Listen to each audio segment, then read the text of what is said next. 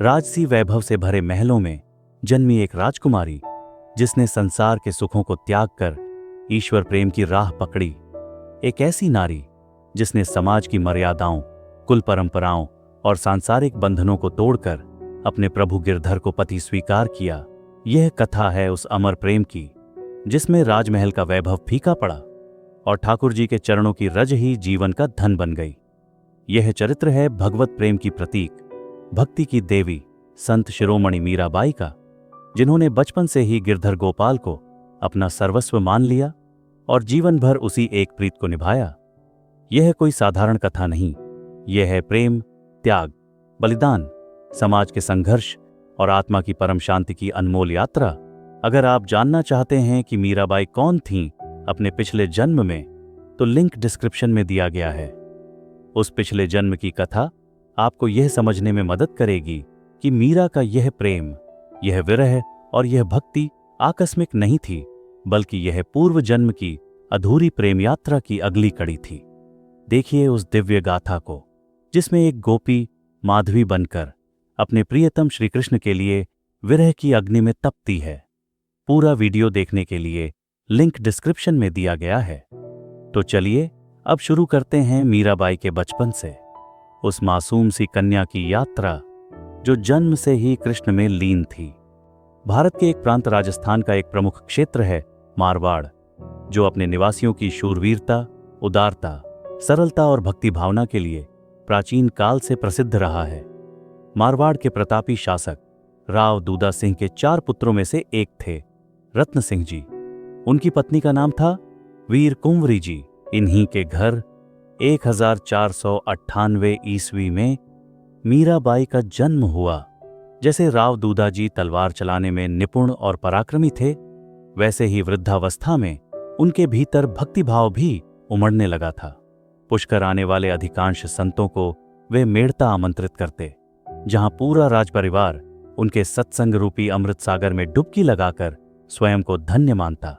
मीरा का लालन पालन राव दूदा जी की स्नेहपूर्ण देखरेख में होने लगा। मीरा का सौंदर्य और सादगी अनुपम थी।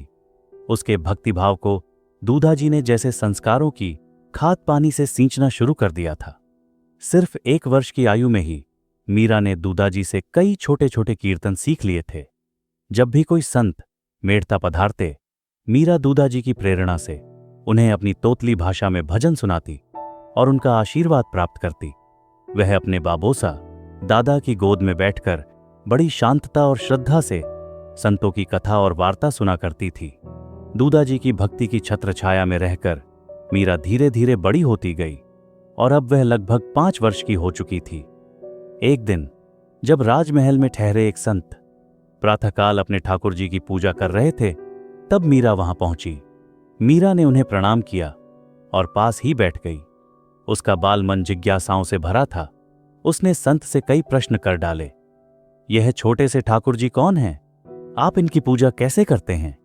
संत मुस्कुराए और स्नेहपूर्वक मीरा के हर प्रश्न का उत्तर देने लगे। थोड़ी देर बाद मीरा भोलेपन से बोली, यदि आप यह मूर्ति मुझे दे दें तो मैं भी इनकी पूजा किया करूंगी। संत ने गंभीर स्वर में उत्तर दिया, नहीं बेटी, अपने भगवान किसी को नहीं देने चाहिए, क्योंकि वे हमारी साधना के मूल उद्देश्य हैं। मीरा की आंखें भर आईं। उसने एक गहरी निश्वास ली और निराशा से ठाकुर जी की ओर देखा। मन ही मन वह बोली, यदि तुम स्वयं ही मेरे पास न आओ तो मैं तुम्हें कहां से पाऊं? यह सोचकर मीरा भरे हृदय से उस छोटी सी मूर्ति के बारे में विचार करती हुई धीरे धीरे अपने महल की ओर लौट गई। दूसरे दिन प्रातःकाल मीरा फिर उन संत के निवास पर ठाकुर जी के दर्शन के लिए जा पहुंची। वह श्रद्धा से प्रणाम करके एक ओर शांत भाव से बैठ गई। संत ने पूजा समाप्त कर प्रसाद दिया और स्नेहपूर्वक बोले, बेटी, तुम ठाकुर जी को पाना चाहती हो ना? मीरा ने कांपते स्वर में कहा, बाबा, पर यह तो आपकी साधना के साध्य हैं। बाबा ने मुस्कुराते हुए गीली आंखों से कहा, अब ये तुम्हारे पास रहना चाहते हैं। बीती रात स्वप्न में इन्होंने मुझसे कहा, अब मुझे मीरा को दे दो। यह कहते हुए बाबा की आंखें भर आईं। इनके सामने किसी की नहीं चलती बेटी। मीरा ने आश्चर्य और खुशी से भरी आवाज में पूछा, क्या सच में? जैसे उसे अपने कानों पर विश्वास नहीं हो रहा हो। बाबा ने भर आए कंठ से कहा, हाँ बेटी, पूजा तो तुमने देख ही ली है। पूजा भी क्या, जैसे किसी अपने को नहलाना, धुलाना, उन्हें वस्त्र पहनाना, श्रृंगार करना, खिलाना पिलाना। बस आरती और धूप थोड़ी विशेष होती है, मीरा बोली। पर बाबा, वे मंत्र जो आप बोलते हैं, वे तो मुझे नहीं आते। बाबा ने स्नेह से समझाया, बेटी, मंत्रों की कोई आवश्यकता नहीं। ये ठाकुर जी मंत्रों के वश में नहीं रहते। ये तो मन की भाषा समझते हैं। इन्हें पाने का एक ही उपाय है, अपने हृदय को इनके सामने खोल दो। न कोई दिखावा, न कोई छिपाव। ये बाहर से धातु के जैसे लगते हैं, पर हैं नहीं। इन्हें अपने जैसा ही समझना, सजीव, स्नेही और अपनापन लिए हुए।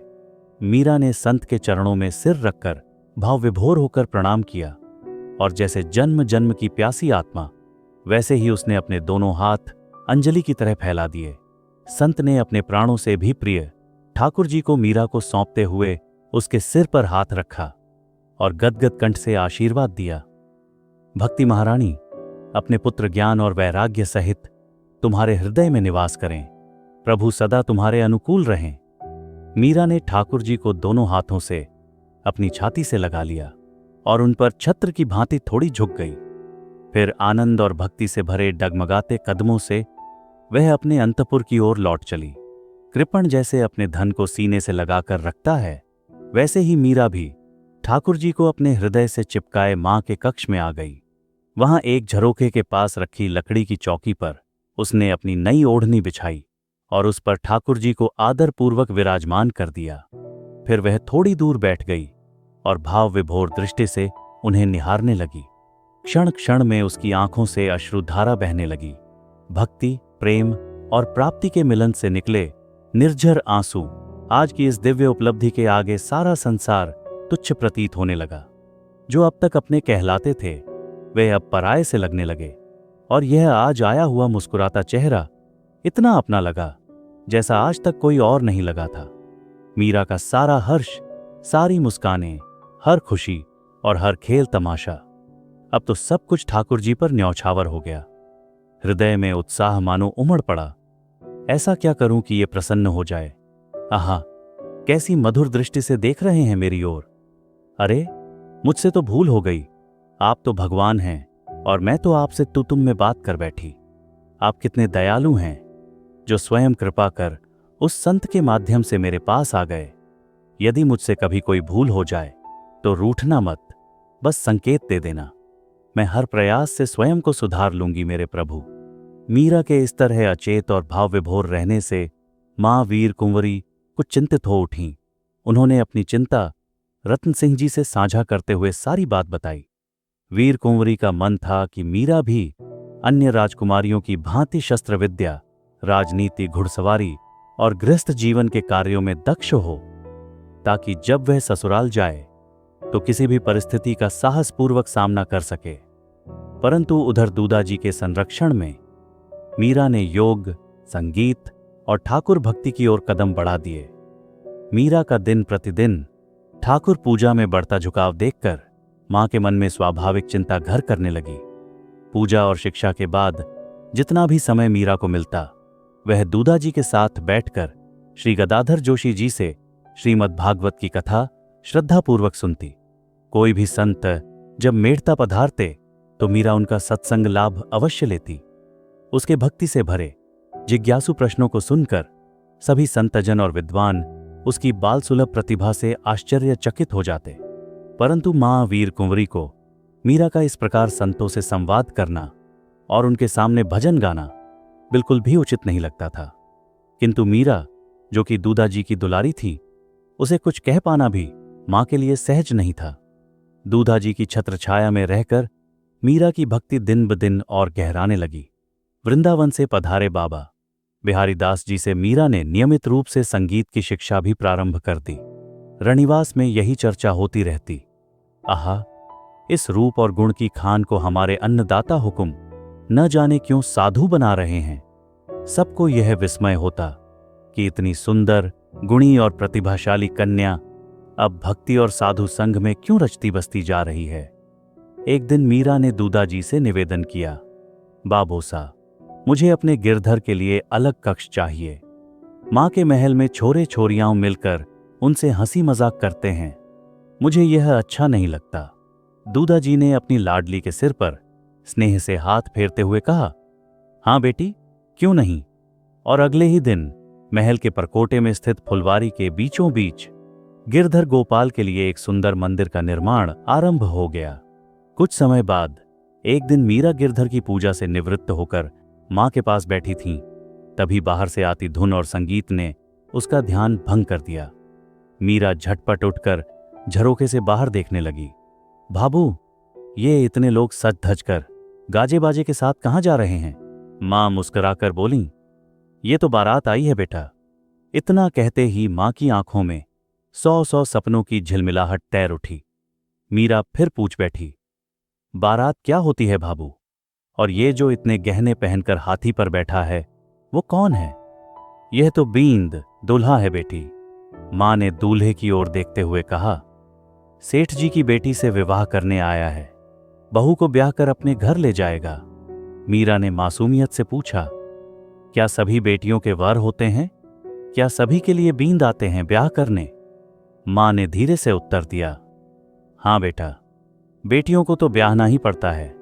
बेटी हमेशा बाप के घर में नहीं रहती, उसे एक दिन अपने घर जाना ही होता है। फिर मां ने मीरा को झरोखे से नीचे उतारने का उपक्रम करते हुए कहा, चलो अब नीचे चलें, बहुत देख लिया।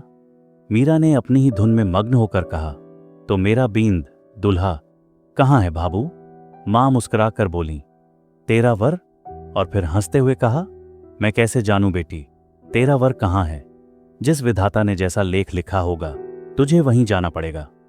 मीरा अचानक उछलकर दूर जा खड़ी हुई और जिद के स्वर में बोली, आप मुझे बताइए ना, मेरा वर कौन है? उसकी आंखों में अश्रु भर आए थे। मां मीरा की यह असामान्य जिद देखकर आश्चर्यचकित रह गईं। बात संभालते हुए बोली, बड़ी मां से या अपने बाबोसा से पूछ लेना। पर मीरा तो अड़ गई, नहीं, मैं किसी और से नहीं पूछूंगी, बस आप ही बताइए। कहते कहते वह रोते रोते जमीन पर लौट गई, मानो उसकी आत्मा को ही कोई उत्तर चाहिए था। मां ने मीरा को स्नेहपूर्वक मनाते हुए उठाया और उसकी पीठ सहलाते हुए बोली, अच्छा अच्छा, मैं ही बताती हूं तेरा वर कौन है, तू अब रो मत। इधर देख, ये कौन है? मीरा ने आंखें पोंछते हुए सामने देखा, ये तो मेरे गिरधर गोपाल हैं। मां मुस्कुराईं और बोली, अरे पगली, यही तो तेरे वर हैं।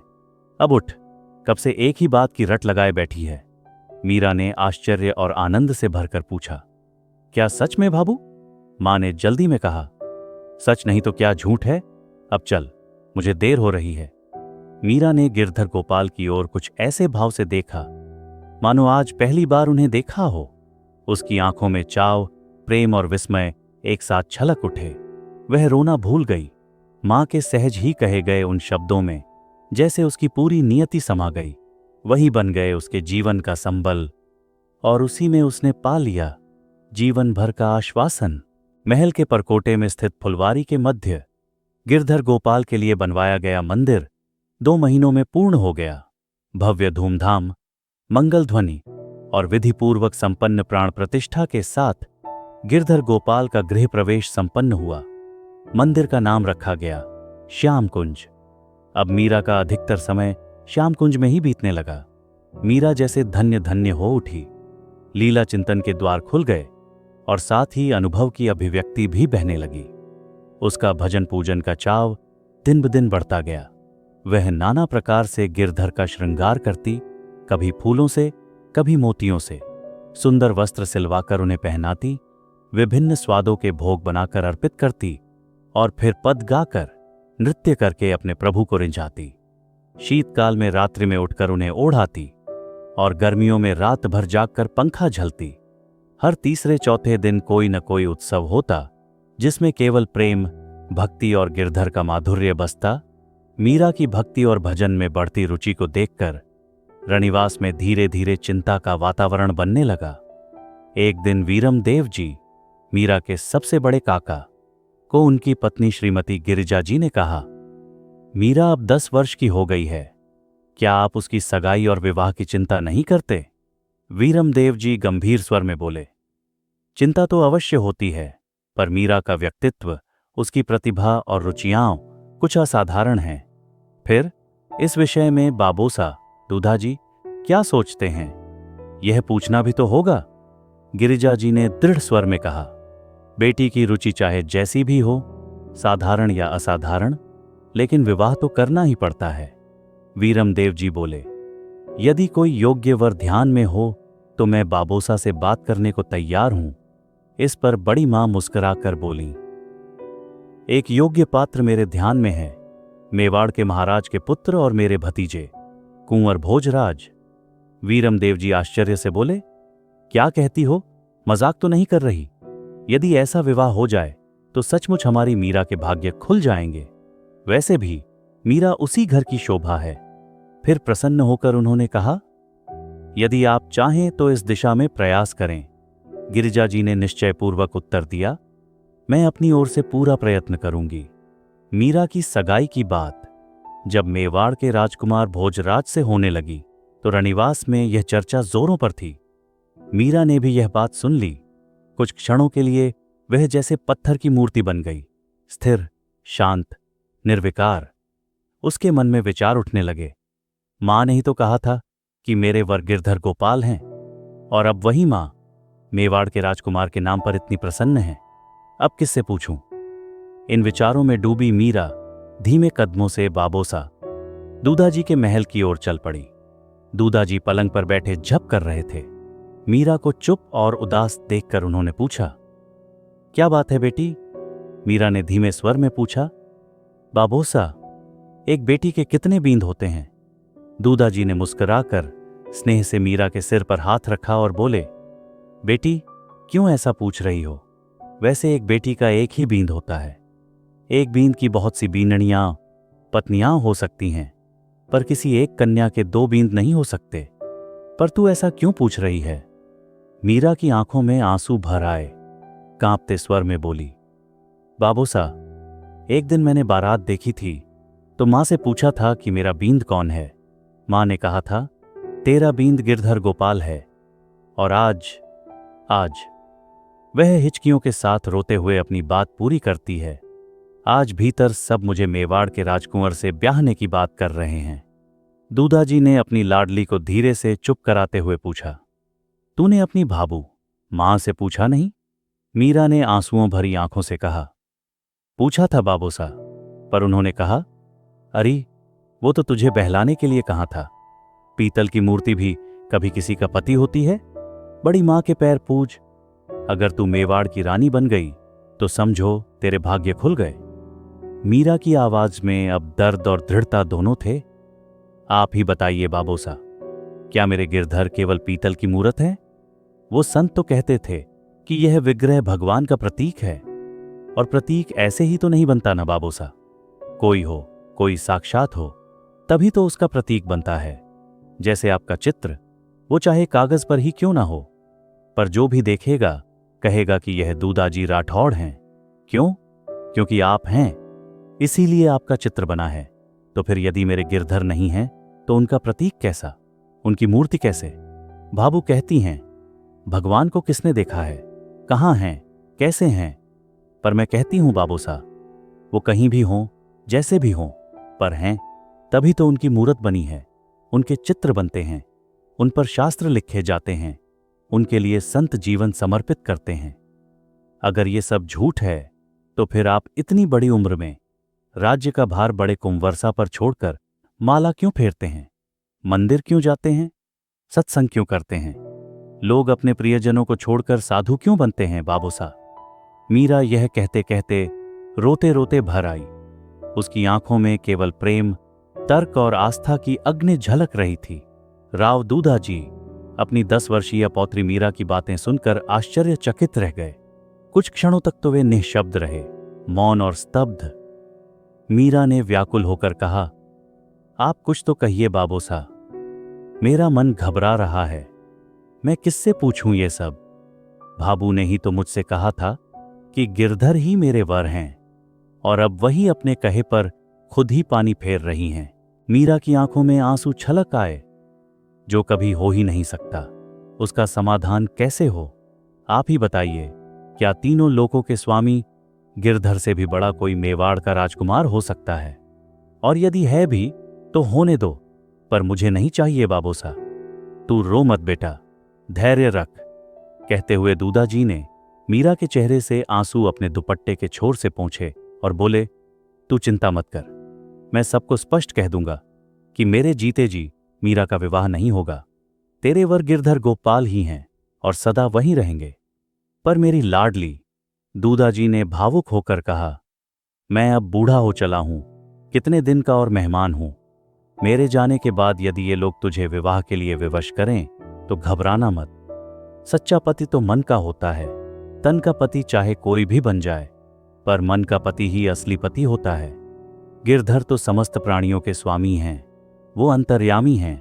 तेरे मन की बात उनसे छिपी नहीं है बेटा, इसलिए तू निश्चिंत रह। मीरा ने डबडबाई आंखों से पूछा, सच फरमा रहे हैं बाबूसा? दूधाजी, हाँ बेटा, सर्व सांची बात कह रहा हूं। मीरा, तो फिर मुझे तन का पति नहीं चाहिए, मन का पति ही पर्याप्त है। दूदाजी के आश्वासन से मीरा के मन को गहरी शांति और संतोष मिला। उसका विश्वास और प्रेम अब और अधिक अडिग हो गया। दूदाजी के महल से निकलकर मीरा सीधी श्याम कुंज की ओर चल पड़ी। उसके कदमों में अब दृढ़ता और शांति थी।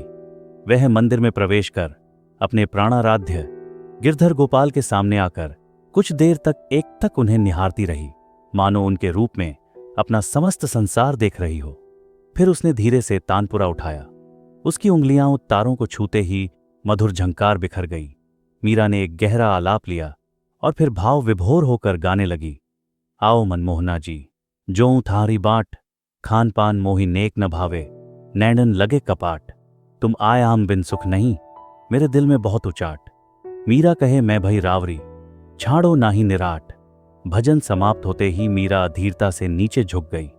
उसने दोनों भुजाओं में सिंहासन सहित अपने हृदय के धन गिरधर गोपाल को समेट लिया और उनके चरणों में सिर टेक दिया। नेत्रों से अश्रुधारा बह निकली, मानो वे स्वयं प्रभु का अभिषेक कर रही हों। मीरा का हृदय व्याकुल होकर पुकार रहा था, आओ मेरे सर्वस्व, इस तुच्छ दासी की आतुर प्रतीक्षा को सफल कर दो। आज तुम्हारी साख, तुम्हारी कृपा और तुम्हारी प्रतिष्ठा दांव पर लगी है। मीरा को फूट फूट कर रोते देखकर मिथुला ने उसे सहलाते हुए धीरज बंधाया। धीरे से बोली, प्रभु तो अंतर्यामी हैं बाईसा, आपके मन की व्यथा उनसे छिपी थोड़े ही है। मीरा ने भीगी आंखों से मिथुला की ओर देखा और बोली, मिथुला, तुझे लगता है वे मेरी सुध लेंगे? वे तो बहुत बड़े हैं, मेरी क्या बिसात। मुझ जैसे करोड़ों उनके आगे रोते रहते हैं। पर मिथुला, मेरे पास तो वही एकमात्र सहारा है। न वे सुने न आई, फिर भी मेरा क्या वश है। कहते कहते मीरा ने मिथुला की गोद में चेहरा छिपा लिया। मिथुला ने मीरा के केशों पर हाथ फेरते हुए कहा, पर आप क्यों भूल जाती हैं बाईसा कि वो भक्तवत्सल हैं, करुणा सागर हैं, दीनबंधु हैं। भक्त की पीड़ा वे सह नहीं पाते, दौड़े चले आते हैं। मीरा ने रुंधे स्वर में कहा, पर मैं कौन सी भक्त हूं मिथुला, मुझसे ठीक से भजन भी नहीं होता। मुझे तो बस वो अच्छे लगते हैं। वो मेरे पति हैं और मैं उनकी हूं, पर क्या वो मुझे अपनी दासी मानेंगे भी? उनकी तो 16,108 रानियां हैं। उनके बीच क्या मेरी रूखी सूखी प्रेमहीन पुकार उनके कानों तक पहुंच पाएगी? तुझे क्या लगता है मिथुला, क्या वो कभी मेरी ओर देखेंगे भी? मीरा यह कहते कहते अचेत होकर मिथुला की गोद में ढह गई। मिथुला उसे आंखों में आंसू लये निहारती रही, जैसे कोई दीपक मंद होते प्रकाश को बचाने की कोशिश कर रहा हो। आज श्री कृष्ण जन्माष्टमी का पावन दिन था। राजमंदिर और श्यामकुंज में प्रातःकाल से ही उत्सव की तैयारियां शुरू हो गई थीं। चारों ओर मंगलमय वातावरण, गीत संगीत और भक्तिमय हलचल फैली थी। मीरा का मन एक ओर विकल था तो दूसरी ओर कहीं अदृश्य आश्वासन भी था कि प्रभु आज अवश्य पधारेंगे। वह सोचने लगी, बाहर गए हुए लोग भी तो तीज तक घर लौट आते हैं, फिर आज तो मेरे प्राण वल्लभ का जन्म दिवस है, वे कैसे न आएंगे भला? और जब पति घर आते हैं तो स्त्रियां कितना साज श्रृंगार करती हैं, तो क्या मैं यूं ही रहूं? नहीं, मैं भी क्यों न पहले से ही श्रृंगार कर लूं। कौन जाने कब प्रभु आ जाए। यह सोचकर मीरा ने मंगला से कहा, जा, मेरे लिए उपटन, सुगंध और श्रृंगार की सारी सामग्री ले आ। और चंपा से बोली, मां के पास जाकर मेरी सबसे सुंदर काम वाली पोशाक और आभूषण लेकर आ। मीरा को सजने संवरने की इच्छा देखकर सभी दासियाओं प्रसन्न हो उठीं कि आज मीरा बाईसा फिर से श्रृंगार कर रही हैं। बाबा बिहारी दास जी की इच्छा थी कि आज रात्रि को चार भुजा नाथ मंदिर में होने वाले भजन कीर्तन में मीरा उनका साथ दे। जब मीरा को यह ज्ञात हुआ तो वह क्षण भर के लिए असमंजस में पड़ गई। कुछ सोचकर वह धीरे से बोली, बाबा, रात्रि के पहले प्रहर में मैं राजमंदिर में रहकर आपकी आज्ञा का पालन करूंगी, और फिर यदि आप आज्ञा दें तो जन्म के समय मैं श्यामकुंज चली जाऊं। बाबा मुस्कुराते हुए बोले, अवश्य बेटी, उस समय तो तुम्हें श्यामकुंज में ही होना चाहिए। मीरा के मन के भावों को भांपते हुए उन्होंने आगे कहा, मेरी तो बस यही इच्छा थी कि तुम मेरे साथ एक बार मंदिर में भजन गाओ। बड़ी होकर जब महलों में बंध जाओगी तब कौन जाने फिर ऐसा सुंदर अवसर कभी मिले या नहीं। आज मीरा नख से शिख तक श्रृंगार से सजकर चार भुजा नाथ के मंदिर में राव दूदाजी और बाबा बिहारीदास जी के बीच तानपुरा थामे भजन गायन में बाबा का साथ दे रही थी। उसके अतुलनीय रूप और सौंदर्य की झलक को आज के विलक्षण श्रृंगार ने पूर्णता प्रदान कर दी थी। नवबाल वधू के रूप में सजी धजी मीरा को देखकर सभी राजपुरुषों के मन में एक ही विचार कौंधा, मीरा तो किसी अत्यंत गरिमामय घर और योग्य वर्ग की अधिकारिणी है। वीरमदेव जी भी आज अपनी बेटी के सौंदर्य और गरिमा को देखकर आश्चर्यचकित रह गए। मन ही मन उन्होंने दृढ़ संकल्प किया, चित्तौड़ की महारानी का पद ही मीरा के लिए उपयुक्त है। बेटी, अब तुम अपने संगीत के माध्यम से सेवा करो। बाबा बिहारीदास जी ने गर्व और स्नेह से अपनी योग्य शिष्या मीरा से कहा। मीरा ने विनम्रता के साथ उठकर पहले गुरु चरणों में प्रणाम किया, फिर चार भुजानाथ, राव दूदाजी और अन्य बड़ों को प्रणाम कर गायन प्रारंभ किया। जैसे ही मीरा ने आलाप की तान ली, मंदिर का संपूर्ण वातावरण भाव विभोर होकर शांत हो गया। हर मन एक ही बंधन में बंध गया, भक्ति, स्वर और प्रेम के। मीरा का गाया पद था, बसो मेरे नैनन में नंदलाल, मोहिनी मूरत सांवरी सूरत, नैना बने विशाल, अधर सुधारस मुरली राजत, और वैजंती माल, क्षुद्र घंटिका कटितट शोभित, नूपुर सबद रसाल। मीरा प्रभु संतन सुखदाई, भगत बच्छल गोपाल। वहां उपस्थित सभी भक्तजन मीरा के भजन गायन से मंत्रमुग्ध हो गए। बाबा बिहारी दास जी और राव दूदाजी मीरा का वह स्वरचित पद सुनकर चकित भी हुए और आनंदित भी। दोनों गदगद होकर बोले, वाह बेटी, अद्भुत गाया है। मीरा ने संकोचवश अपने नेत्र नीचे झुका लिए। बाबा ने प्रेम और उमंग से मीरा से एक और भजन गाने का अनुरोध किया। मीरा ने फिर से तानपुरा उठाया और इस बार उसने ठाकुर जी की करुणा का बखान करते हुए यह पद गाया, सुन ली जो बिनती मोरी, मैं शरण गही प्रभु तोरी। तुम तो पतित अनेक उधारे, भवसागर से तारे, मीरा प्रभु तुम्हारे रंग राती, या जानत सब दुनियाई। दूधाजी नेत्र मुंह कर पूर्ण एकाग्रता से मीरा का भजन श्रवण कर रहे थे। भजन समाप्त होने पर उन्होंने धीरे से आंखें खोलीं, प्रशंसा और वात्सल्य से मीरा की ओर देखा और बोले, आज मेरा जीवन धन्य हो गया। बेटा, तूने अपने कुल, अपने पिता और पूर्वजों को धन्य कर दिया। फिर मीरा के सिर पर स्नेह से हाथ रखते हुए अपने वीर पुत्रों की ओर देखकर अश्रुपूरित स्वर में बोले, इनकी प्रचंड वीरता और देश प्रेम को शायद लोग समय के साथ भूल जाएं, पर मीरा, तेरी भक्ति और तेरा नाम सदा अमर रहेगा। बेटा, अमर रहेगा। कहते कहते उनकी आंखें छलक पड़ीं। मीरा प्रतिदिन ही श्यामकुंज में अपने गिरधर को रिंझाने के लिए भजन गाया करती थी, पर आज श्रीकृष्ण जन्माष्टमी के पावन अवसर पर राजमंदिर में उसने पहली बार सार्वजनिक रूप से गायन प्रस्तुत किया। घर परिवार के लोग ही नहीं, बल्कि बाहर के सभी दर्शक भी मीरा की असाधारण भक्ति और संगीत प्रतिभा देखकर आश्चर्यचकित रह गए। दूधाजी अति भावुक हो उठे। मीरा ने उनके चरणों में प्रणाम करते हुए विनम्र स्वर में कहा, बाबूसा, मैं तो आपकी ही हूं। जो कुछ भी है वह सब आपका ही है, और जहां तक संगीत की बात है, यह तो बाबा बिहारीदास जी का प्रसाद है। यह कहकर मीरा ने बाबा बिहारीदास जी की ओर देखकर हाथ जोड़े, फिर थोड़ी देर रुककर वह बोली, अब मैं श्याम कुंज जाऊं बाबा? बाबा ने गदगद कंठ से कहा, जाओ बेटी, श्री किशोरी जी तुम्हारा हर मनोरथ सफल करें। मीरा ने सभी को प्रणाम किया और अपनी सखियों व दासियों के साथ श्याम कुंज की ओर चल पड़ी। बाबा बिहारी दास जी का आशीर्वाद पाकर वह बहुत प्रसन्न थी, फिर भी उसका मन बार बार एक आशंका से भर उठता था। कहीं प्रभु इस दासी को भूल तो नहीं गए? पर नहीं, वे तो विश्वंभर हैं, उन्हें सबकी खबर है, सबकी पहचान है।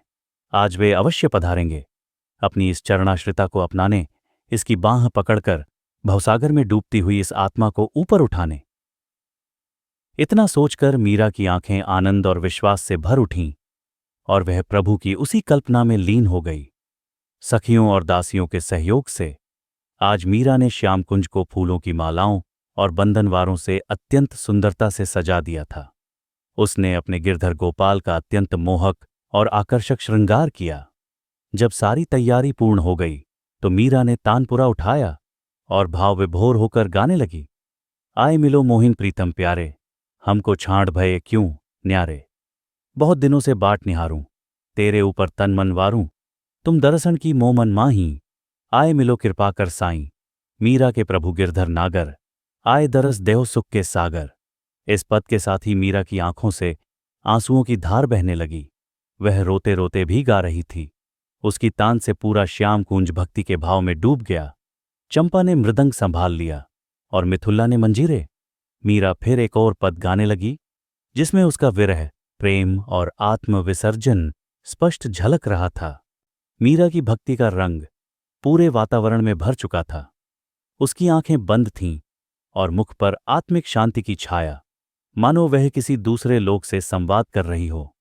श्याम कुंज आज सचमुच द्वारका सा लग रहा था, जहां गोपियों की तरह एक मीरा अपने कान्हा के लिए जी रही थी। गान जब विश्राम को पहुंचा तब मीरा की निमीलित पलकों के पीछे लीला की सृष्टि विस्तारित होने लगी। उसकी चेतना किसी और ही लोक में जा पहुंची थी। उसे अनुभव हुआ कि वह स्वयं गोप सखा के वेश में है और आंखों पर पट्टी बंधी हुई है। वह व्याकुल होकर अपने प्रिय श्याम सुंदर को ढूंढ रही है। कभी उसके हाथों से वृक्ष का तना टकराता, कभी किसी झाड़ी के पत्ते, तो कभी किसी गाय का मुंह आ जाता। वह बेताबी से चारों ओर टटोलती फिरती रही, पर ठाकुर का कोई पता नहीं चला। अंततः थककर श्वासों में व्याकुलता भरकर वह पुकार उठी, कहाँ हो गोविंद? आह, मैं तुम्हें ढूंढ नहीं पा रही हूं। श्याम सुंदर, कहाँ हो, कहाँ हो, कहाँ हो? वह इस अनुभव में इतनी गहरे डूबी थी कि उसे इस जगत का भान तक नहीं रहा। वास्तव में आज श्री कृष्ण जन्माष्टमी की रात्रि थी और मीरा श्याम कुंज में विराजमान अपने गिरधर गोपाल की प्रतीक्षा में संकीर्तन कर रही थी। उसकी चेतना में ठाकुर के आगमन की अनुभूति इतनी प्रबल थी कि वह लीला रूप में स्वयं को ब्रज की गलियों में अनुभव कर रही थी, जहां वह पट्टी बांधे अपने श्याम को टोह रही है, पुकार रही है और उसी प्रतीक्षा में प्रेम में डूबी हुई गा रही है। तभी गढ़ पर से तोप की आवाज गूंजी। उसी क्षण चार भुजानाथ मंदिर से नगाड़ों, शंखों और शहनाइयों की गूंज एक साथ उठी। दिशाएं चार भुजानाथ की जय, गिरधर लाल की जय की संवेत जय घोष से गूंजायमान हो उठीं। उसी पल मीरा ने देखा जैसे सूर्य और चंद्रमा स्वयं धरती पर उतर आए हों। उस दिव्य प्रकाशमय आभा के मध्य शांत, स्निग्ध, कोमल ज्योति स्वरूप में मोर मुकुट धारण किए, पीतांबर ओढ़े, सौंदर्य और माधुर्य के सागर स्वयं श्याम सुंदर मुस्कुराते खड़े थे। वे अकर्ण दीर्घ, तीखे, मन को मठ देने वाले नेत्र, कोमल अरुण अधर, बीच में तनिक उठी हुई सुंदर नासिका, प्रेम का केंद्र विशाल वक्षस्थल, पीन और लंबी भुजाएं, बिजली सा दमकता हुआ पीतांबर, नूपुरों से सजे हुए मनोहारी चरण, सब कुछ एक साथ मीरा के सम्मुख उपस्थित था। एक ही दृष्टि में जितना देखा जा सका वह सब हृदय में समा गया। फिर तो दृष्टि मानो तीखी कटार बनकर उन नेत्रों में उलझ कर रह गई। क्या हुआ, क्या देखा, कितना समय बीता, कौन जाने। समय तो वहां प्राण त्याग देता है जहां प्रभु और उनके प्रिय भक्त का मिलन होता है। इतनी व्याकुलता क्यों? क्या मैं तुमसे कहीं दूर था? श्याम सुंदर ने स्नेह से भरे स्वर में पूछा। मीरा इस दिव्य लीला अनुभूति में मग्न रही और प्रातःकाल तक मूर्छित अवस्था में ही पड़ी रही। जब सुबह उसकी मूर्छा टूटी तो उसने देखा कि उसकी सखियां उसे घेर कर कीर्तन कर रही हैं। मीरा ने धीरे से तानपुरा उठाया। सखियां मन उसे होश में आया देख प्रसन्न हो गईं। उन्होंने कीर्तन रोक दिया और मीरा का भजन सुनने लगीं। इस प्रकार पूरे वातावरण में आनंद की तरंगें फैल गईं और जैसे ही अरुणोदय हुआ, दासियां मीरा को उसके नित्य कर्म के लिए धीरे धीरे उठाकर ले चलीं। श्रीकृष्ण जन्मोत्सव के संपन्न होने के बाद बाबा बिहारी दास जी ने वृंदावन जाने की इच्छा प्रकट की। राव दूदाजी ने मन भारी करके अनुमति दी, यद्यपि वे जानते थे कि उनका जाना सबके लिए बहुत पीड़ादायक होगा।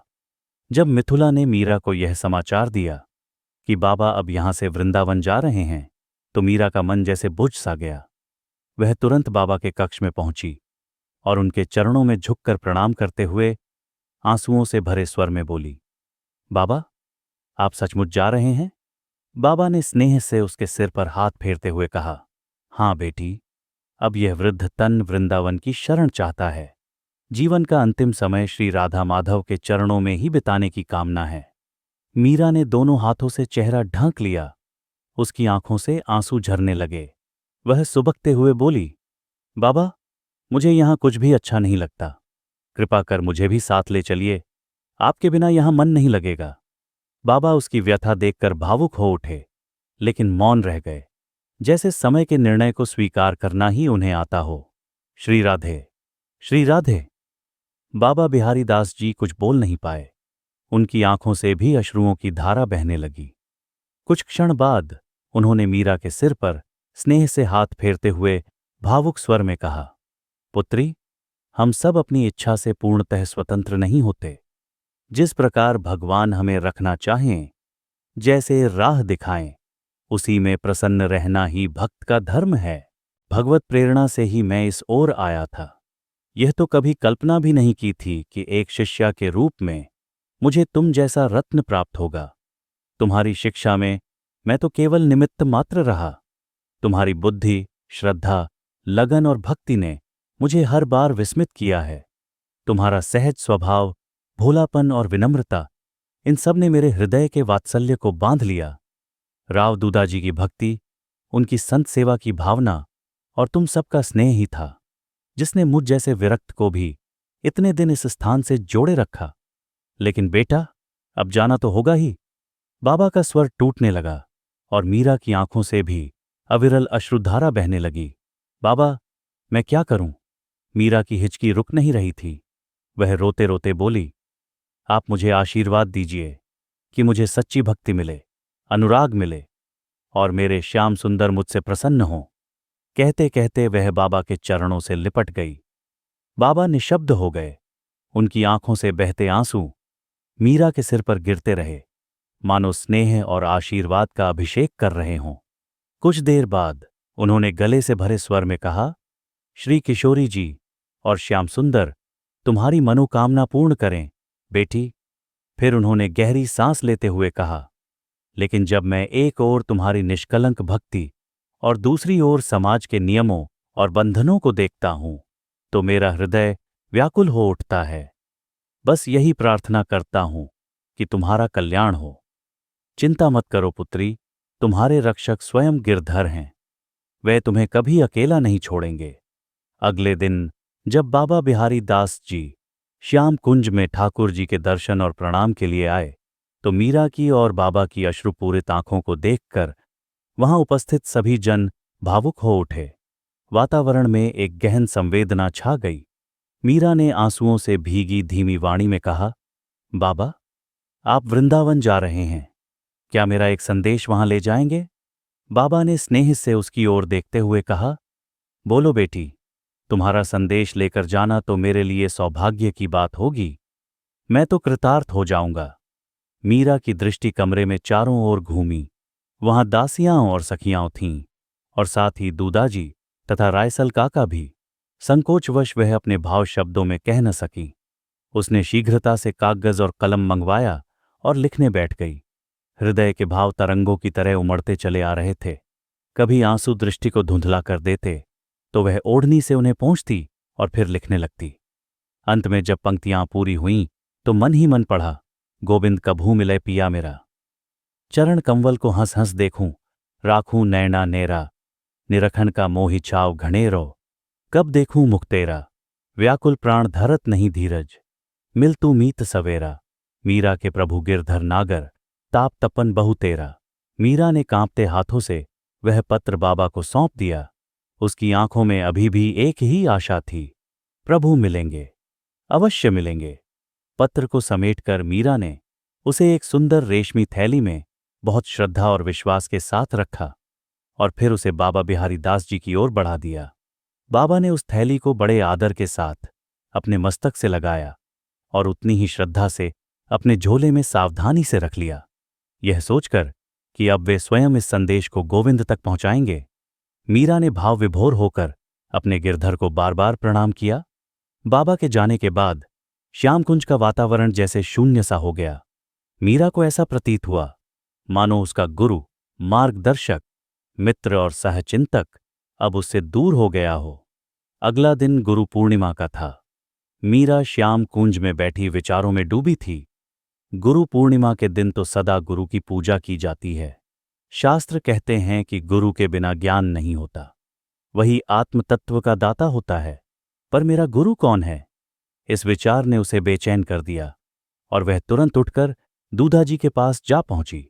उस समय जयमल वीरमदेव जी के पुत्र और मीरा के छोटे भाई दूधाजी से तलवारबाजी के दांव पेंच सीख रहे थे। मीरा ने उन्हें प्रणाम किया और चुपचाप वहीं बैठ गई, इस आशा से कि जयमल का अभ्यास समाप्त हो तो वह अपनी बात रखे। लेकिन जयमल तो युद्ध, घोड़े और शस्त्रों के विषय में लगातार प्रश्न कर रहे थे। मीरा ने मुस्कुराते हुए भाई को टोक दिया, भाई जरा रुको, मुझे बाबोसा से कुछ जरूरी बात करनी है। मैं पूछ लूं, फिर आप चाहो तो बाबोसा के साथ महाभारत की पुनरावृत्ति कर लेना। वैसे भी अभी आप तलवार जितने तो हो नहीं और युद्ध की बातें कर रहे हो। मीरा की बात पर दूधाजी और जयमल दोनों हंस पड़े। तब मीरा गंभीर स्वर में बोली, बाबोसा, संत और शास्त्र कहते हैं कि गुरु के बिना आत्मज्ञान संभव नहीं, वह परम तत्व का दाता होता है। तो मेरे गुरु कौन हैं? हैं तो सही बाबा बिहारी दास और योगी निवृत्तिनाथ जी। जयमल ने तुरंत उत्तर दिया। मीरा ने धीरे से सिर हिलाया। दूधाजी मुस्कुराते हुए बोले, नहीं बेटा, वे दोनों मीरा के शिक्षा गुरु हैं, एक संगीत के क्षेत्र में और दूसरे योग में, परंतु दीक्षा गुरु नहीं हैं। फिर उन्होंने मीरा की ओर स्नेहपूर्ण दृष्टि डालते हुए कहा, सुनो बेटी, इस मार्ग में जो अधिकारी होता है उसे कभी वंचित नहीं रहना पड़ता। यदि तृषित व्यक्ति स्वयं सरोवर तक न पहुंच सके तो सरोवर ही उस प्यासे के पास चला आता है। तू अपने गिरधर से प्रार्थना कर, वे स्वयं उचित व्यवस्था कर देंगे। मीरा ने फिर पूछा, पर बाबोसा, क्या गुरु का होना अनिवार्य है? दूधाजी गंभीर हो गए। हाँ बेटी, आवश्यकता होने पर गुरु का होना न केवल आवश्यक बल्कि अनिवार्य है। गुरु तो वह दीपक है जो अंधकार से भरे मार्ग को प्रकाशित करता है। गुरु की कृपा मिलने से साधक के जीवन में दिशा भी आती है और गति भी। हाँ, यह भी सत्य है कि तुम्हारे गिरधर स्वयं जगत गुरु हैं, सर्वोच्च गुरु। यदि तुम पूरी श्रद्धा से उन्हें ही गुरु रूप में स्वीकार करो तो फिर कोई कमी नहीं रह जाएगी। वो तो हैं बाबोसा, पर मंत्र? मीरा ने संकोच से पूछा। दूधाजी मुस्कुरा उठे। भगवान का प्रत्येक नाम ही मंत्र है बेटी। उनके नाम में वही शक्ति है जो स्वयं भगवान में है। बल्कि कुछ संतों ने तो कहा है कि भगवान का नाम उनसे भी अधिक शक्तिशाली होता है। यही तो अब तक सुनते आए हैं। मीरा ने धीरे से कहा, नाम तो कानों को प्रिय लगता है बाबोसा, पर आंखें तो प्यासी रह जाती हैं। इतना बोलते ही उसे अपनी बात का भाव समझ आ गया और वह लजाकर दूधाजी की ओर पीठ फेरकर खड़ी हो गई। दूधाजी मीरा की पीठ की ओर देखकर मुस्कुराते हुए बोले, नाम में इतनी शक्ति है बेटी कि वह आंखों की प्यास बुझाने वाले को भी खींच लाता है। मीरा ने धीमे स्वर में पूछा, जाऊं बाबोसा? हाँ बेटी, जाओ, दूधाजी ने स्नेहपूर्वक उत्तर दिया। उसी समय जयमल ने उत्सुकता से पूछा, बाबोसा, जीजा ने ऐसा क्या कहा था और फिर उन्हें लाज क्यों आई? दूधाजी मुस्कुराए और बोले, यह तुम्हारे क्षेत्र की बात नहीं है बेटा। बात इतनी सी है भगवान के नाम में वही तेज, वही शक्ति है जो स्वयं भगवान में है, और उस शक्ति का अनुभव वही कर सकता है जो पूर्ण श्रद्धा से उस नाम का स्मरण करे।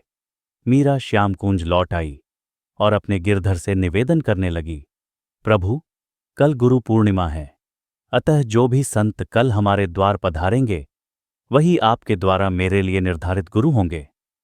रात्रि में मीरा ने स्वप्न में देखा, महाराज युधिष्ठिर की राजसभा में यह विचार उठा कि प्रथम पूज्य कौन है, किसका पूजन सर्वप्रथम किया जाए।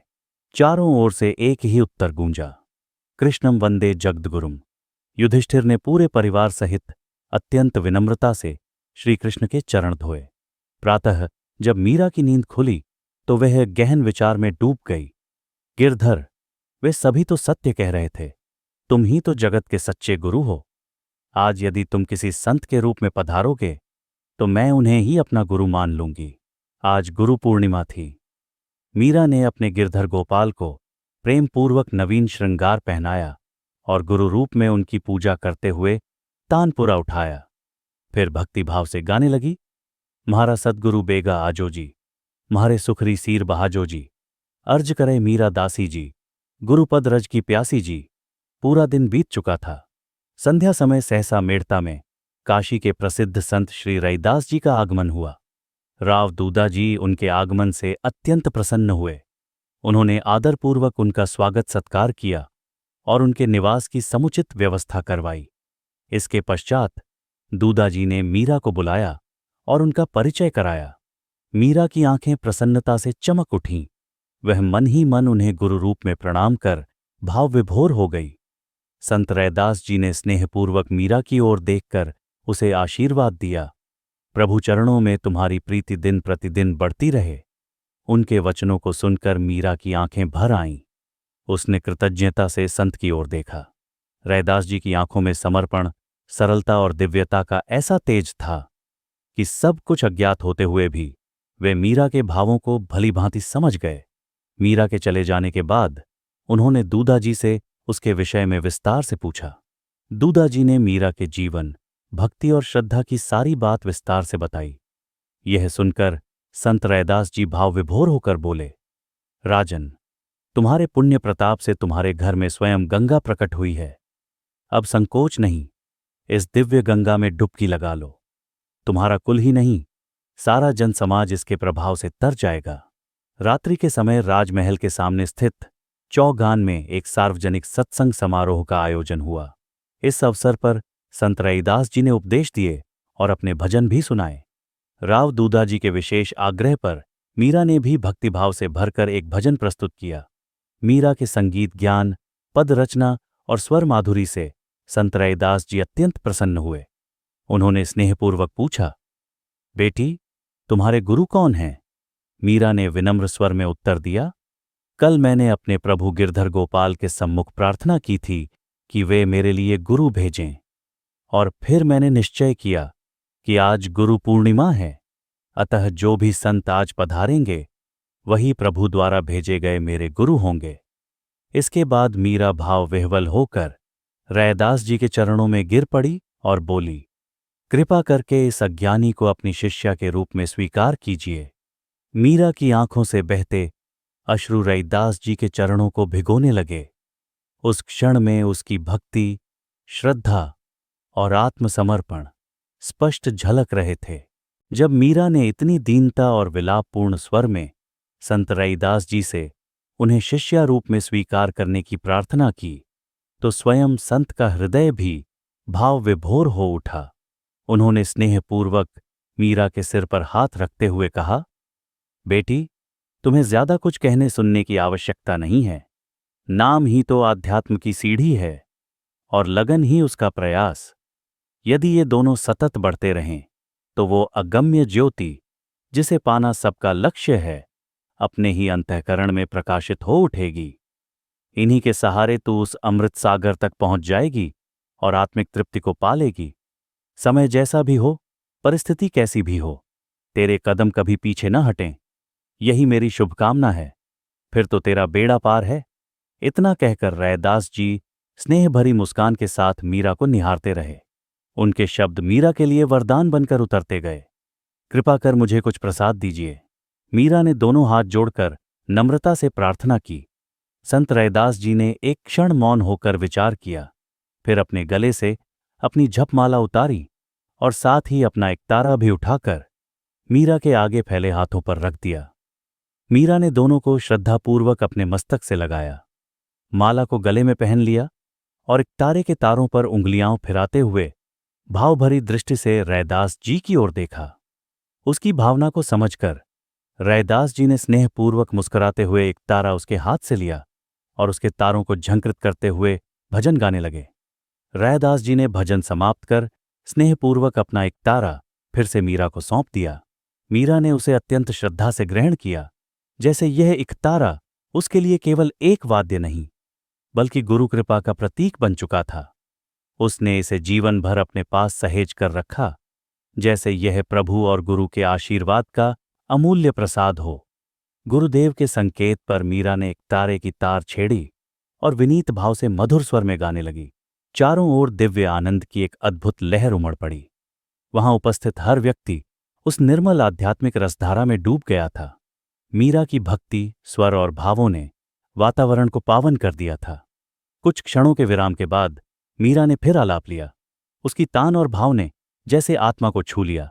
संत रैदास जी मीरा का भजन सुनकर अत्यंत भावविभोर हो उठे। वे ऐसी भक्तिभाव से पूर्ण शिष्या पाकर स्वयं को सौभाग्यशाली मानने लगे।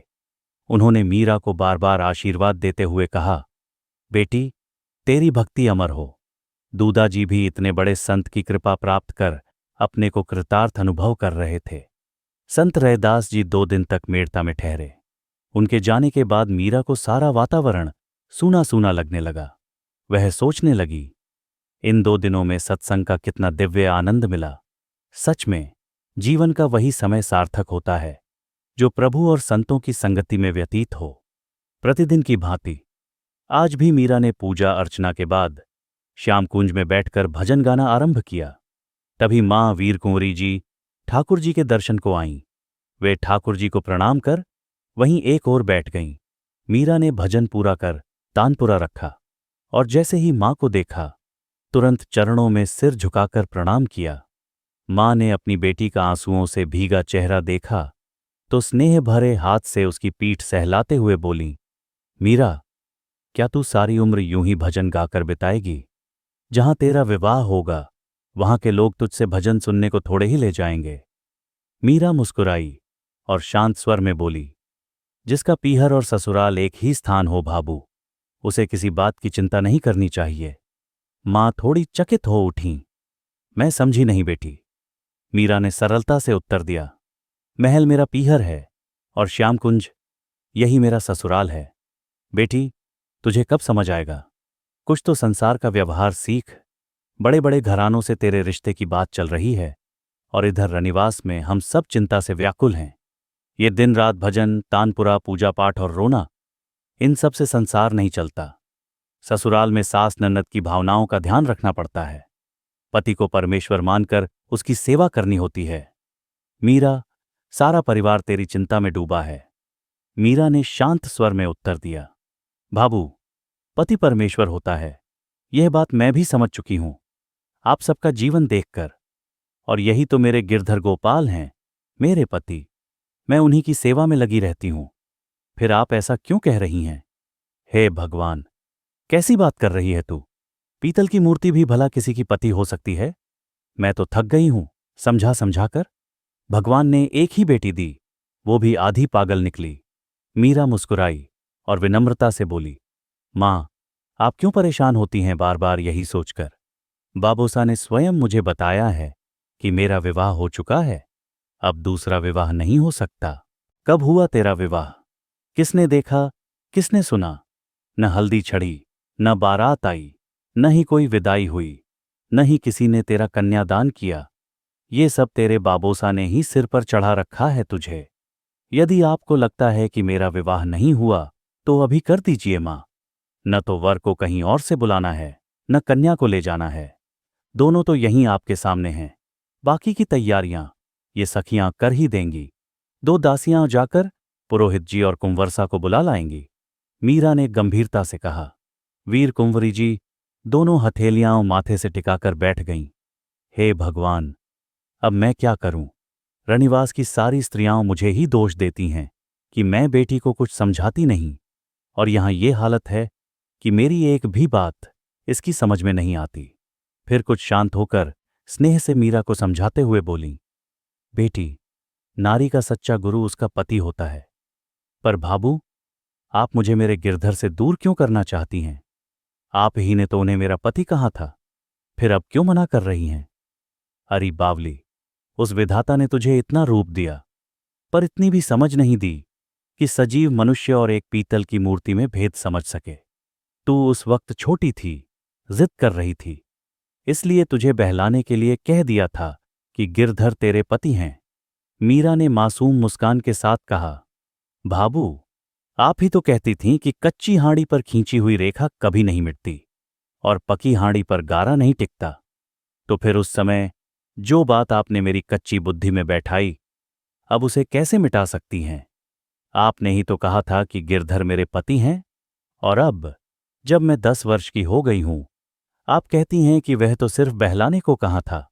भाबू, लेकिन जितने भी संत मैंने देखे और सुने हैं, वे सभी यही कहते हैं कि यह मनुष्य जन्म प्रभु प्राप्ति के लिए मिला है, इसे सांसारिक बातों में खो देना ठीक नहीं।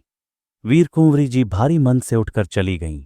उनके कदमों में चिंता की थकावट थी और मन में असमंजस। सोचती जाती थीं, ये शास्त्र ही आज मेरे लिए शत्रु बन गए हैं। मेरी मासूम नाजुक सी बेटी को इन संतों के मार्ग पर किसने मोड़ दिया? उसका मन संसार में रमे, इससे पहले ही उसने वैराग्य का रास्ता क्यों पकड़ लिया? उनकी आंखों में चिंता की नमी छलक पड़ी। उधर मीरा मां की कई बातों में उलझी कुछ पल तक गहन दृष्टि से गिरधर को निहारती रही। फिर उसने धीरे से रैदास जी का दिया हुआ एक तारा उठाया, उसकी डोरी को उंगलियों से छेड़ा और गाने लगी, मेरे तो गिरधर गोपाल दूसरों न कोई, जाके सिर मोर मुकुट, मेरो पति सोई, कोई कहे कालो, कोई कहे गोरो, लियो है मैं आंखें खोल, कोई कहे हल्को, कोई कहे भारो, लियो है तराजू तोल, कोई कहे छाने, कोई कहे छदवड़े, लियो है बंजता ढोल, तन का गहना मैं सब कुछ दीन्हा, दियो है बाजूबंद खोल। मीरा के प्रभु गिरधर नागर, पूरब जन्म को है कौल। मेड़ता के रनिवास में गिरिजा जी, वीरम देव जी, दूदा जी के सबसे बड़े पुत्र की तीसरी पत्नी होते हुए भी पटरानी थीं। उनका वैभव और ऐश्वर्य देखने योग्य था।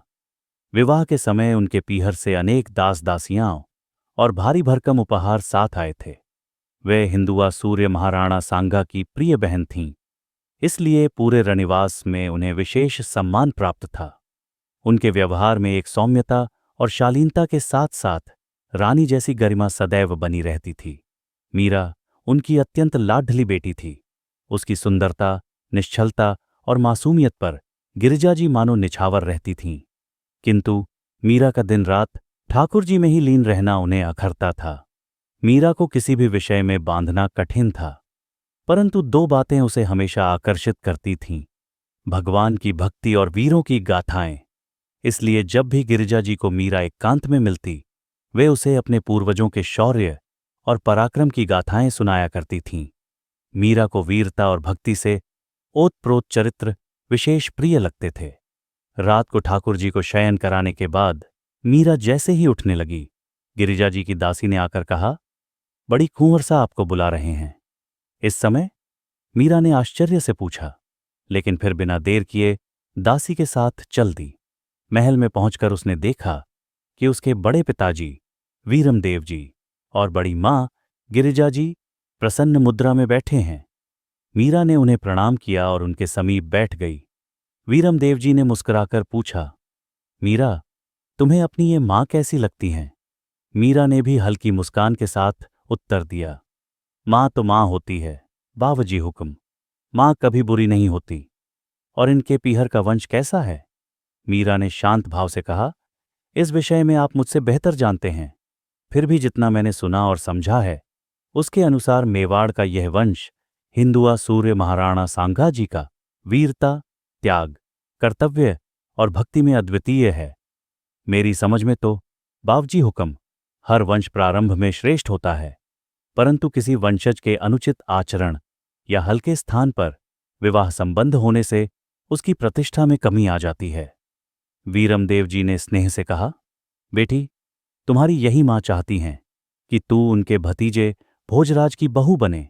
वह रूप और गुणों की खान है, वंशज भी उत्तम है। मीरा ने नम्रता से सिर झुकाते हुए कहा, बावजी हुक्म, ये बातें बालिकाओं से नहीं, बड़ों के विचार करने की होती हैं। जानता हूं बेटी, वीरमदेव जी ने गंभीर स्वर में कहा, पर दादा हुक्म ने स्पष्ट कहा है कि मेरे जीते जी मीरा का विवाह नहीं होगा। बेटी, पिता के घर में बेटी अधिक समय तक नहीं ठहरती। यदि तुम सहमत हो जाओ तो दादा हुक्म को मनाना भी सरल हो जाएगा। ऐसा योग्य घर और वर फिर शायद न मिले। उन्होंने गहरी सांस लेते हुए आगे कहा, मुझे भी तुमसे ये बातें करना अच्छा नहीं लग रहा, पर परिस्थिति ऐसी आ खड़ी हुई है कि कुछ कहना ही पड़ रहा है। तुम्हारी माताएं कहती हैं कि तुमसे इस विषय में बात करना हमारे लिए कठिन हो गया है। पहले तुम्हें योग और भक्ति की शिक्षा दिलवाई और अब विवाह की चर्चा करनी पड़ रही है। इसीलिए बेटी, आज स्वयं तुमसे कह रहा हूं। बावजी हुक्म। मीरा का कंठ भर आया। वह बस इतना ही कह पाई। उसकी बड़ी बड़ी आंखों में आंसुओं की बाढ़ उमड़ आई, जिन्हें अब रोक पाना उसके लिए संभव नहीं था। वह अपने बड़े पिता की ओर एक पीड़ा भरी दृष्टि से देखती रही, फिर अचानक भावनाओं के वेग में आकर बिना प्रणाम किए ही उठी और कक्ष से दौड़ती हुई बाहर निकल गई। वीरमदेव जी ने देखा, मीरा के रक्तहीन मुख पर वैसा ही भय और विवशता छाई हुई थी जैसा कि किसी हिंसक व्याघ्र के पंजे में फंसी हुई गाय के चेहरे पर होता है। उसकी आंखों में निराशा थी और स्वर में वैसा ही करुण क्रंदन था जैसा किसी मरते हुए पशु की अंतिम चीत्कार में होता है। बावजी हुक्म। यह शब्द उनके कानों में गूंजते ही उन्हें अंदर तक हिला गए। रणभूमि में जहां वे प्रचंड योद्धा बनकर शत्रुओं को रौंद सकते थे, जहां निहत्थे होकर भी व्याघ्र से भिड़ सकते थे, वहां अपनी पुत्री की आंखों में यह असहायता और वेदना देख पाना उनके लिए असहनीय हो गया। उन्हें तो यह भी ध्यान नहीं रहा कि मीरा कब बावजी हुक्म कहती हुई कक्ष से बाहर निकल गई।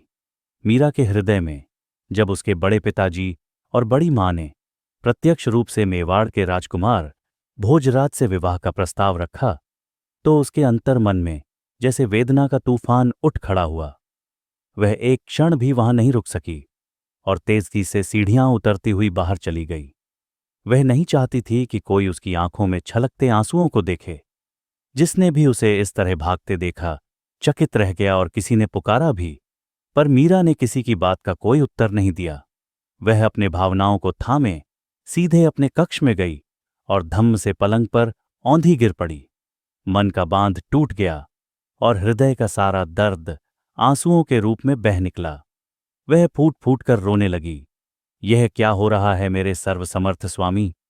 क्या किसी भी स्वाभिमानी राजपूत की पत्नी को यूं ही कोई और घर सौंप सकता है? क्या एक साधारण कायर से कायर भी ऐसा कर सकता है?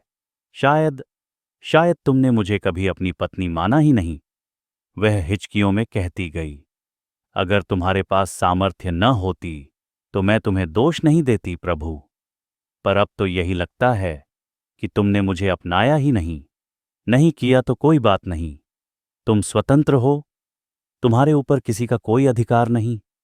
हे प्राणनाथ, मैंने तो तुम्हें ही अपना पति माना है, अब कैसे किसी और को वर के रूप में स्वीकार कर लूं? यदि कुछ और नहीं तो कम से कम शरणागत के नाते ही मेरी रक्षा करो। रक्षा करो प्रभु? अरे, ऐसा तो निर्बल से निर्बल राजपूत भी नहीं सहता। यदि कोई कन्या उसे वर के रूप में चुन ले तो वह प्राण देकर भी उसकी रक्षा करता है, उसे अपने घर लाने का हर संभव प्रयास करता है। और तुम तो अनंत शक्तिशाली हो, भक्तों के भय को हरने वाले हो, करुणा के सागर हो, शरणागत वत्सल हो, पतित पावन हो, दीनबंधु हो। प्रभु, कितने ही नामों से तुम्हें पुकारूं, पर आज तो मेरी पुकार सुनो। इतनी भी अनीति मत करो मोहन, मत करो। मेरे लिए तो तुम ही एकमात्र आश्रय हो, रक्षक हो, मेरा सर्वस्व हो। अगर तुमने भी मेरा साथ छोड़ दिया तो मैं किसे पुकारूं? कहाँ जाऊं?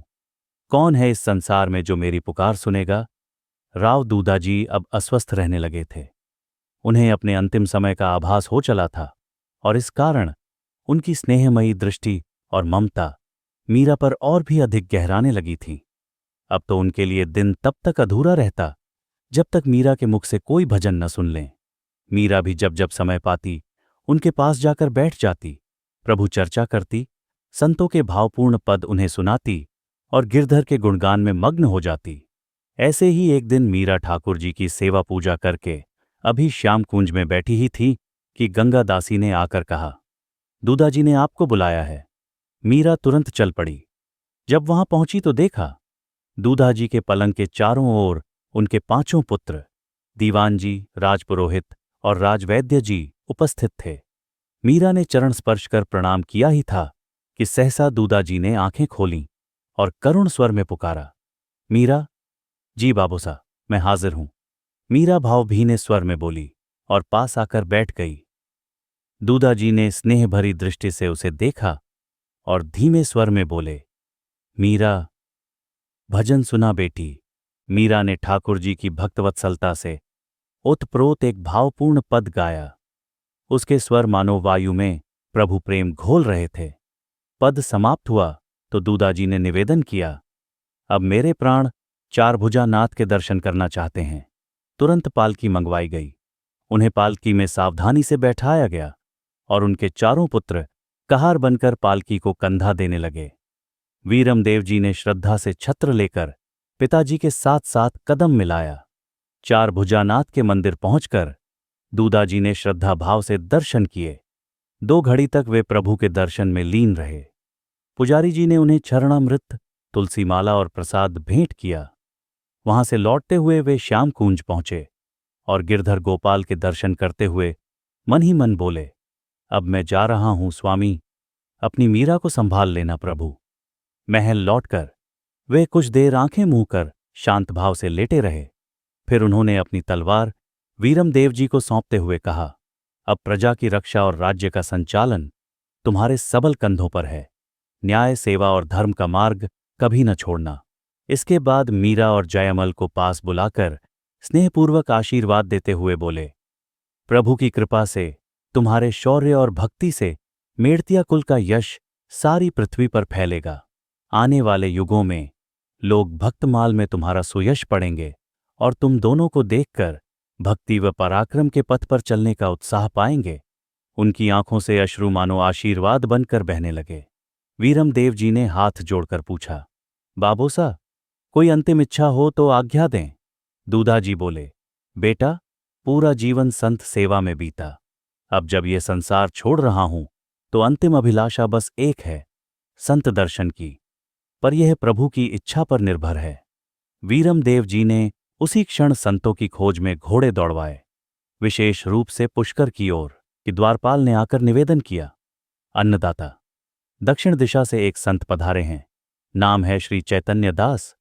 यह सुनते ही जैसे दूधाजी के शरीर में चेतना की लहर दौड़ गई, मानो बुझते दीपक की लौ एक बार फिर उजास से भर उठी हो। उन्होंने आंखें खोलकर संत को सम्मानपूर्वक कक्ष में बुलाने का संकेत किया। राजपुरोहित जी समेत परिवार के सभी लोग उनके स्वागत के लिए बढ़ ही रहे थे कि द्वार पर एक मधुर, गंभीर और दिव्य स्वर गूंजा, राधे श्याम। यह नाम सुनकर मीरा का हृदय पुलकित हो उठा। वह जानती थी यह प्रियतम के नाम की पुकार है। इस समय दूदाजी जीवन के अंतिम चरण में थे। पूरा परिवार, पुत्रगण, दीवान जी, वैद्यराज और राजपुरोहित सब वहां उपस्थित थे, किंतु उनके भीतर बस एक ही अंतिम इच्छा शेष थी कि जीवन के अंतिम क्षणों में किसी संत का दर्शन हो जाए। और तभी द्वार से वह स्वर आया, राधे श्याम। मीरा ने जब द्वार की ओर देखा तो वहां एक दिव्य संत खड़े थे। मस्तक पर घनकृष्ण जैसे सुंदर केश, भाल पर शुद्ध वैष्णव तिलक, कंठ व भुजाएं तुलसी की मालाओं से विभूषित, श्वेत वस्त्र धारण किए हुए, प्रभु भक्ति से मंडित भव्य मुखमंडल। वास्तव में वह संत श्री चैतन्य दास ही थे। उनके मुख से राधे श्याम का उच्चारण सुन मीरा की आंखें भर आईं। उसने भाव विभोर होकर उन्हें प्रणाम किया और फिर दूदाजी से बोली, बाबूसा, आपको संत दर्शन की लालसा थी ना? देखिए प्रभु ने कैसी कृपा की है। संत ने स्नेहपूर्वक मीरा को आशीर्वाद दिया और स्थिति को समझते हुए चुपचाप दूधाजी के समीप आकर बैठ गए। दूधाजी के पुत्रों ने इशारे से उन्हें सहारा देकर बैठाया। संत ने हाथ जोड़कर उन्हें प्रणाम किया दूधाजी ने स्वर में कोमलता भरकर पूछा, कहाँ से पधारना हुआ है महाराज? संत ने शांत मुस्कान के साथ उत्तर दिया, राजन, मैं दक्षिण दिशा से आया हूं। नाम है चैतन्य दास। कुछ समय पूर्व गौड़ देश के महान प्रेमी सन्यासी श्री कृष्ण चैतन्य तीर्थ यात्रा करते हुए मेरे गांव पधारे थे। उन्होंने मुझ पर कृपा की और श्री वृंदावन जाने की आज्ञा दी। उन्हीं की प्रेरणा से यात्रा करते करते यहां आ पहुंचा हूं। दूधाजी की आंखों से आभार के आंसू बह निकले। उनकी अंतिम इच्छा पूर्ण हो गई थी। श्री कृष्ण चैतन्य जी तो सन्यासी हैं, फिर भी प्रेम में इतने लीन? मीरा ने उत्सुकता से पूछा। संत मुस्कुराते हुए बोले, हां बेटी, वे सन्यासी होकर भी प्रेम के समुद्र हैं। उन्होंने दिग्विजयी वेदांताचार्यों तक को शास्त्रार्थ में पराजित किया है, लेकिन उनका मूल सिद्धांत यही है कि समस्त शास्त्रों का सार है भगवत प्रेम और समस्त साधनों का सार है भगवान का नाम। वे मानते हैं कि त्याग ही परम सुख का मूल है। उनका रूप तप्त कांचन के समान गौरवर्ण, सुंदर, कोमल शरीर और हृदय ब्रजरस में पूर्णतया निमग्न। जो भी उन्हें देखता है कह उठता है, यह तो स्वयं गौरांग रूप में प्रकट हुए श्री कृष्ण ही हैं। वे जात पात, ऊंच नीच भेदभाव कुछ नहीं देखते। उनका मंत्र है, हरि को जो भजे वही हरि का है। वह सबको हरिनाम का अमृत पिलाते हैं। अपने प्रेममय हृदय का द्वार खोलकर वो सभी को मुक्त भाव से प्रेम का दान देते हैं। इतना कहते कहते संत का गला भावुकता से भर आया। मीरा और दूधाजी भी यह रसमय सत्संग सुनते हुए आनंद और श्रद्धा से भीग उठे। उनकी आंखें आंसुओं से छलछला आईं। थोड़ी देर बाद संत पुनः बोले, जब मैं दक्षिण से होते हुए पंढरपुर पहुंचा तो वहां मेरी भेंट एक वृद्ध सन्यासी श्री केशवानंद जी से हुई। जब उन्होंने सुना कि मैं वृंदावन की यात्रा पर हूं तो उन्होंने मुझे एक प्रसाद स्वरूप तुलसी माला दी और कहा, तुम पुष्कर होते हुए मेड़ता जाना। वहां राजा दूधाजी राठौड़ को यह माला दे देना और कह देना कि वे इसे अपनी पौत्री को दे दें। संत ने इतना कहकर अपने झोले में हाथ डाला। वह पावन तुलसी माला निकाली और दूधाजी की ओर श्रद्धा से बढ़ा दी। दूधाजी ने संकेत से मीरा को वह तुलसी माला लेने को कहा। मीरा ने अत्यंत श्रद्धा और प्रसन्नता से माला को अंजलि में लिया, सिर से लगाकर हृदय से लगा लिया।